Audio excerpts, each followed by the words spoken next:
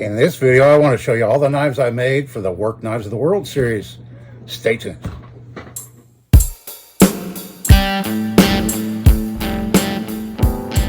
Hey everybody, and thanks for coming back for another video. In this one here, I'm going to show you all the knives I created, made for the Work Knives of the World series. And I have quite a few to get through. I'm not going to do any history of the knives or any of that stuff. That's all in those videos. But for most of those videos in that series, I made a knife and a sheath for it, and it's my interpretation of it. It's not an exact replica of that style knife, but I'm going to show them all to you, tell you maybe a little bit about them, or maybe a little bit about how I made them, and then at the end I'm going to ask a favor of y'all. Okay, so we'll start off. This was the first video I made, and it was Wild West America. And I made this sheath. I just knocked it out of some patent leather. And this was a knife that I forged probably 35 years ago. And out of 1095 high carbon steel. And I never made a handle for it. I threw it in the drawer because I wasn't happy with it. And I pulled it out and decided to finish it up. And I think that's why. It was because my logo is a little bit crooked there in that stamping. So that's why I scrapped it, put it in the junk drawer. But I pulled it out because it is a good, it holds a nice edge. It's a nice, I love the feel of it. And it's kind of a Green River style knife handle. The blade, not necessarily so much, but the handle shape and size of the handle and everything. And I made this handle out of spalted wild olive wood. And I blued the blade and then just took the finish off where I cleaned it up, you know. And so yeah, and then just a simple patent leather sheath that I sewed together so that it would have a little pouch to store it in. And that's the American Wild West, very first one I made. In the second video, I went to Japan, and the first knife I made for it was this guy here, and this is a Honosuke, basically a Japanese boning knife. And it doesn't have the traditional wah handle with the octagonal and stuff. It's a round handle, and I used walnut, it looks like, and then some other type of hardwood here that I laminated, and made a little Japanese boning knife. And also I made this little guy here, which is a Kiridashi. This is just one of many styles of Kiridashi that you'll find on the market. This one has a handle. A lot of them don't have a handle. But it's basically a marking knife. It's a very precision marking knife. And on this one I used bamboo for the handle. And I made this one out of stainless steel. This is 440 stainless steel. No, actually I made this one out of ATS 34, which is actually appropriate because that's the Japanese equivalent to 154 CM, the American stainless. Okay, so there's that. Japan. Then we went back to America, Old West, but on the for the American Indians, the indigenous people of America. And I made this little guy here, and I call this an American Indian small skinning knife with just a very simple crown stag handle and a copper rivet pin there, and a simple carbon steel blade. And very suitable for skinning small game. And then the sheath, my wife did the beads for me, and I attached them onto the sheath, put some feathers on there, and laced it up with a bead on the lacing. And that's the American Wild West Indian knife I made for that video. Then after that, I'm checking my cheat sheet here because I want to try and do them in order. The next one, we went to Sweden. And oh boy, that was a popular video. That actually, I think, hit #1 as far as views goes of the whole series. I think it was pretty close, Mexico and Sweden, on how many views it got. But I got a lot of comments, I remember, on those videos, on this video, that this smaller one really isn't a Mora. Well, neither one of these are Moras, because I don't live in Sweden, and I don't work at the Mora Knife Thackeray Morcaniv, or however you say it, or whatever. But I made this little small one here, and a dangle sheath for it. And that's actually a wenge handle on that one. Oh, it's starting to rain, I think. Okay, so and then this one here, there again, I use that spalted wild olive wood for the handle, and then I put a piece of rosewood on the pommel, for the pommel, and then I made an aluminum pommel for it, and a stainless steel blade, and then another dangle sheath. I think this was the first dangle sheath I made, and I really liked it, so I made some more later on since I made this one. But that's the my interpretation of a Swedish Mora. And then after that, we went to Scotland, and I made a ski and do. And here's the ski and do I made. And this, I remember, was my very first attempt at pewter casting, right here. And the little inlay in the handle and the pommel on it was my first pewter casting. And I didn't do the little air pockets on purpose. It just, that's how it came out. And I just left them. Instead of redoing it, I just left it. That's a Scottish ski and do ceremonial knife. And with all its flaws, and little void right there. And then the little leather wrapped wooden scabbard for it. And there it is, Scottish ski and do. All right, and then moving along, we went to the Little Village Blacksmith in Southeast Asia, and he made this for us. And it's a nice brush clearing, wood chopping, everyday food prep, you name it. I made this out of a lawnmower blade. That's why it has a hole in it. But it also gives you a place, if you put a nail on the wall, you can hang it up, right? Okay. I put some cold bluing on the blade to kind of help protect it. And then it looks like I used maple for the handle. And I branded it here on the end with my initials. And then it has a stainless steel piece of pipe for a ferrule. And I just pounded it together really quick and simple, knocked it together. And then the scabbard is made out of cedar, and it was 2-piece. And I morphed it out and then glued it together. And then I put the decorative wrap on it. Let's see. It would help if you put it together, right? Okay. Yeah. And so it actually clicks in there real nice. There's a nice, that last little bit helps hold it in there. I'm going to have to pause this until the rain stops, and then we'll come back and get back to the work knives. Okay, everybody, I'm back. It's only been a second for you, but it's been about 30 minutes for me. We just had a torrential downpour, and I have a metal roof on my shop, so it's so noisy I can't film when it's raining that hard and heavy. So next up, the next knife, let's see on my list, is Portugal, the mom knife. I made this little friction folder for that video, and here it is. This one I used a piece of stainless steel for the bolster. I used a piece of stainless steel, and then I used maple, it looks like. Yep, maple, and made a very simple little friction folder.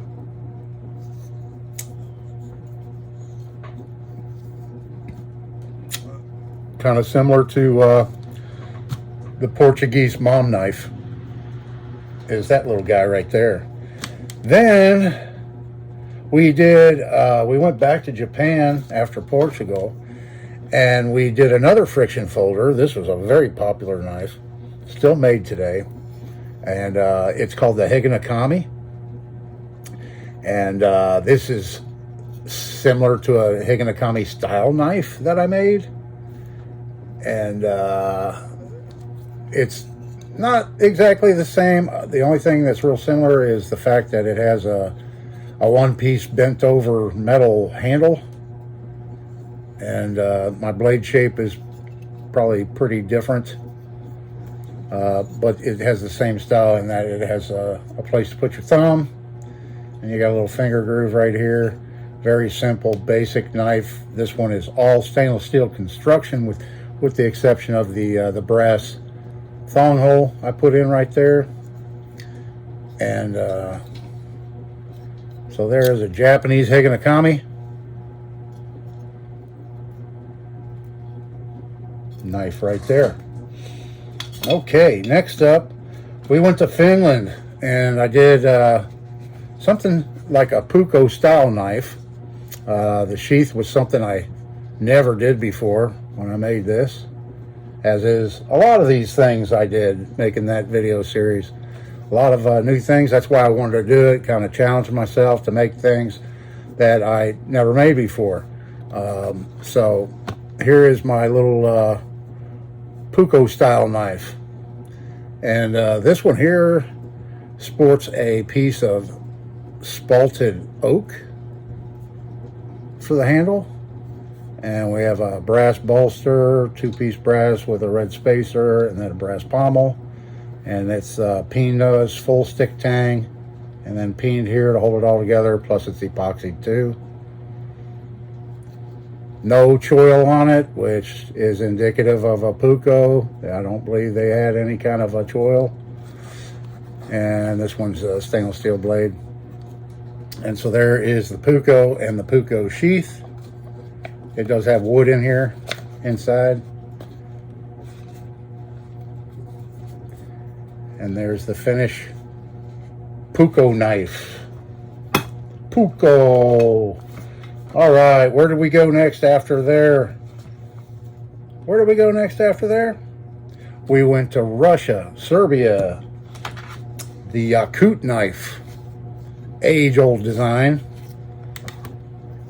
and it has that hollowed out like a floor on just one side of the blade.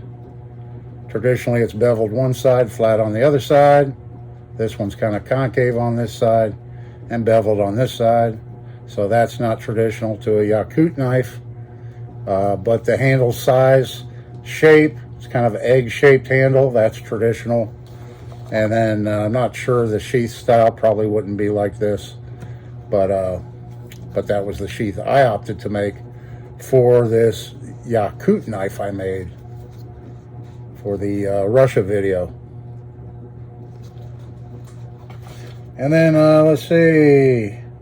Okay, we called it Britain because more examples were found in Britain, and this is the Seax knife. I had a guy comment on that video, said I was pronouncing it wrong. Well, let me tell you, I research pronunciations, and occasionally I would find conflicting data on how to pronounce things, but I pride myself on trying to pronounce things correctly. You're more than welcome to leave comments if I'm mispronouncing something, but just be sure that there isn't two versions of pronunciation before you do that. I'd appreciate that. But I call this a Seax. He thought it was a sax or something, I forget, but I've seen it pronounced both ways, but more often I've heard this referred to as a Seax. But ancient design, I forgot I put that on the blade. I etched the blade on both sides. Very similar in the style of the blade, the shape of the blade and everything. This knife has a very nice feel, although it's a very big handle, but it's not very wide and it's very comfortable. I could use this knife all day long, comfortably, you know. And I mean, you can see how I constructed it. Very simple design. And then the sheath, I used all brass rivets, and I made these little brass brackets and these little copper rings I made. And this is traditionally how you would hang it off your belt, sideways, with the blade facing up. And there's the Seax knife. Okay. Then we went to New Zealand. And in New Zealand, there's a company there making a sword peasant knife. To this day, they make them all different colored handles and everything. Very inexpensive. General purpose friction folders. And this is similar to one that you'd find. It's pretty nice and stiff, actually. And a little bit different in the construction on this. It's actually a two-piece handle. And you can adjust this Chicago bolt I put in here for tension so that when it's opened, it stays open. I'm not squeezing it at all. You can see it just stays in position like that. And then when you flip it up, you know, it's loose, but then when it closes up in there, and then it has a little pin for a stop right here so that the blade can't go all the way through the slot. And there again, I use that Spalted Wild Olive Wood on this one. Real pretty grain. On the Sword Peasant Knife, there we have that one I made for that video.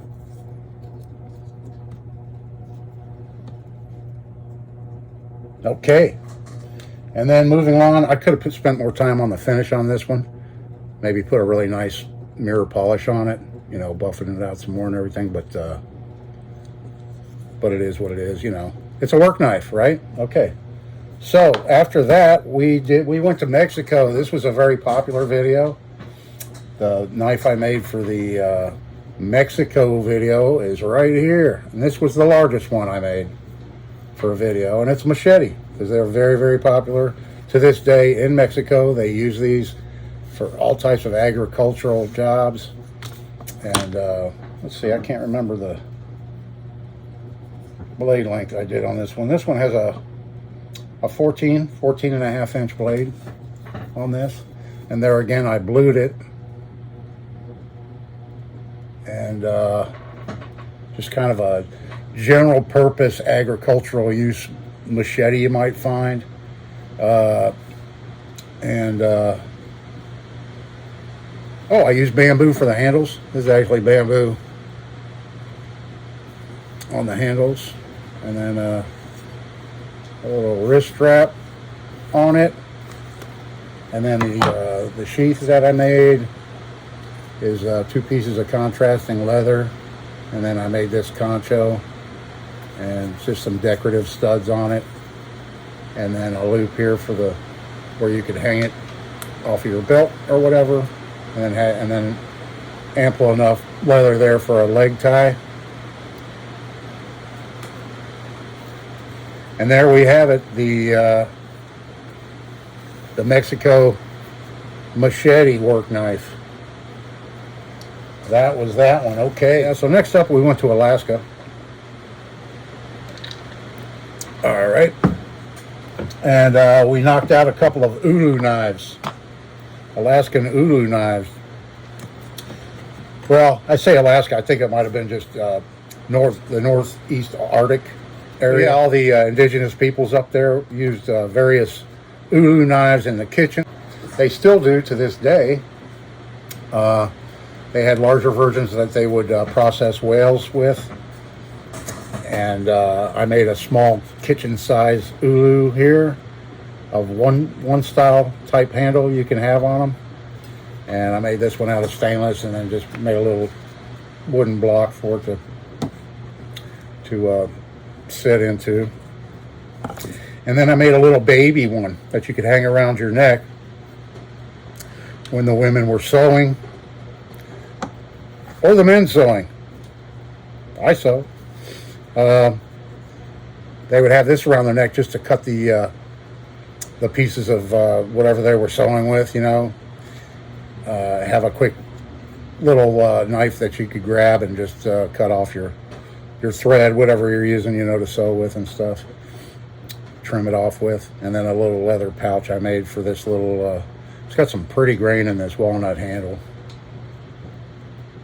Oh, and then traditionally, yeah, they're only beveled on one side on an ulu blade, so that's why I only beveled this one side. You can see. That's how they were traditionally made, going way back. Making them out of various materials for a long time.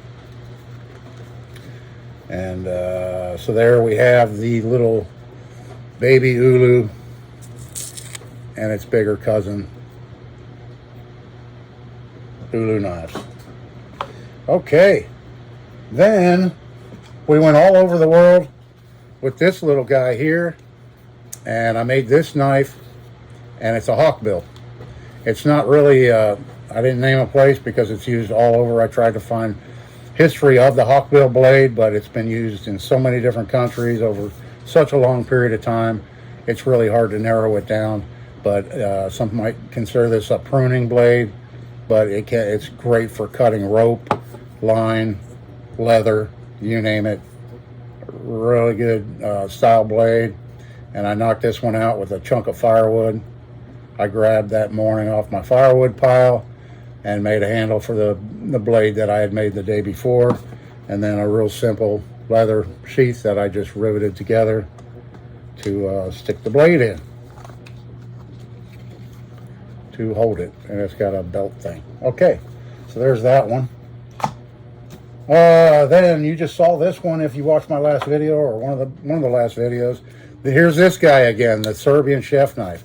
Now, a guy left a comment on that video where I showed this knife I made for camping. This was I used in my kitchen, and I liked it so much I made another one for my kitchen, and I put this in with my camping gear and made a leather sheath for it. He said that, you know, that YouTube channel, Almazan Kitchen, or Almazan Kitchen, however you pronounce it, were really the ones that, you know, made that knife popular. I don't contest that, but he said that it was based on a Chinese style cleaver knife and everything. Spent a lot of time looking at knives online and researching them and that type of thing. And all the antique versions of a Chinese or Japanese or an Asian cleaver, most all of them are squared off here at the end. If you do see one that has a curve, it's usually this way. This part here is sharpened, and this part here is the spine of the knife. I'm not saying I didn't see some Asian style chef knives or kitchen knives that were shaped similar to this, but it seems that this slope here, this is more indicative of the what you see on the Almazan kitchen knives that they sell on the side, the Serbian chef knives. But this is not, because it is so much thinner. It's not like a cleaver. It's not heavy. It's not going to wear you out to use this all day. It's fairly lightweight, and just a very, very handy knife. But I used it because I already had it made, and I used it for the Serbian, you know, chef knife video. And so there's that one again you've seen before if you've seen my past videos. Where are we at now? Are we almost done? We have, last but not least, yeah, this guy right over here. And this is the Hori Hori knife. The Japanese, we went back to Japan again, and I made this Hori Hori knife, which is basically a trowel that on one side has a sharpened edge and the other side has a serrated saw blade. Some examples you'll find do have it sharpened on both sides, and then the tip is also sharpened. It's beveled, if you can see that, and it's sharp also. Yeah, this one here is 7 inches long. The up to here is 7 inches. I etched in very deep etchings at 1 inch intervals, so that if you're planting something and you want to know how deep you need to plant, you know, if it says plant it 3 inches deep, you can use that to plant it with. And this is actually spalted maple, this handle, and it's 420C stainless steel. And here's the little sheath I made for it. Don't look at the stitching; it's terrible. Yeah, there's the Hori Hori knife that I made for the second or third time to Japan, I think it was, in that Work Knives of the World series. It's starting to rain again, so it's not too heavy yet. Hopefully you can hear me okay. But I said in the beginning of the video I was going to ask a favor of you, and that's, let me know down in the comments which one's your favorite, if you have a favorite. I'd love to hear from you. Let me know which style knife you like the best, that more appeals to you. And we'll have a little contest here and see if people leave comments and let me know. I appreciate it. This is Dave. See you in the next one.